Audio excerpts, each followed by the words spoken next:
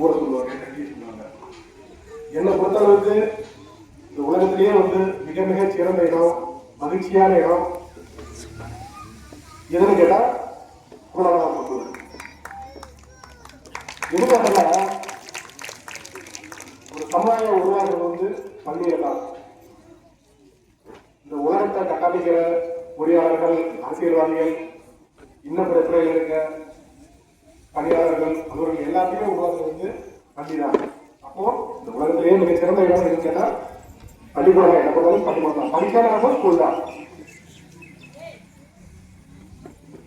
ஒரு ஆசிரியர் தன்னுடைய வாழ்க்கைய அந்த பிளாக் போர்டுக்கு முன்னாடி ஸ்டார்ட் பண்ணுவாங்க. ஆசிரியர் பெருமக்கள் நம்முடைய வாழ்க்கைய கருமாளிக்கு முன்னாடி ஸ்டார்ட் பண்ணுவாங்க. அவங்களுடைய வாழ்க்கை அந்த பிளாக் போர்டுலேயே கடைசி வரைக்கும் முடிச்சிடும்.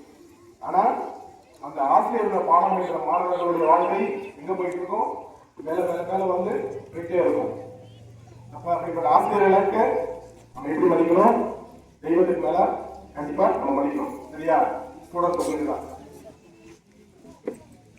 அப்படிப்பட்ட சமுதாயத்தை உருவாக்கக்கூடிய ஆசிரியர் பெருமக்களுக்கு என்னுடைய மிகவும் பணியான வாழ்க்கையை தெரிந்து கொண்டு, இந்த பணியாளர்களுடைய வழக்கங்களை தெரிந்து கொண்டு, மாணவர்களுக்கு வாழ்க்கையை தெரிந்து கொண்டு நேரடியாக என்னுடைய உரையை சுருக்கமாக முடிச்சுட்டேன். ஏன்னா குடும்பம்லாம் தயாராகிட்டாங்க.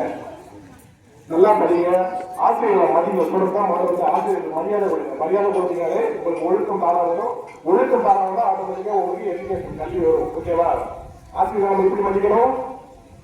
கடவுளுக்கு மேல மதிக்கணும். சரியா? நமக்கு கண்ணுக்கு தெரிஞ்ச கடவுள் யாரு?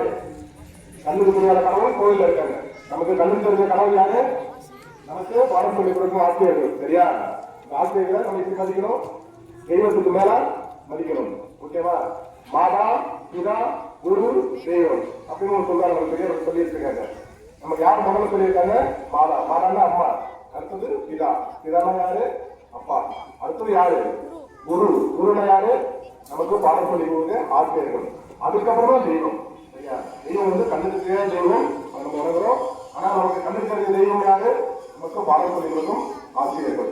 இந்த ஆசிரியர்களை மதிச்சா நமக்கு ஒழுக்கம் தான வரும். ஒழுக்கம் வந்துச்சுன்னா கல்வி நமக்கு தான வரும். ஓகேவா? ஆசிரியர்களை மதிப்போமா? வாய்ப்பு நன்றி. வணக்கம்.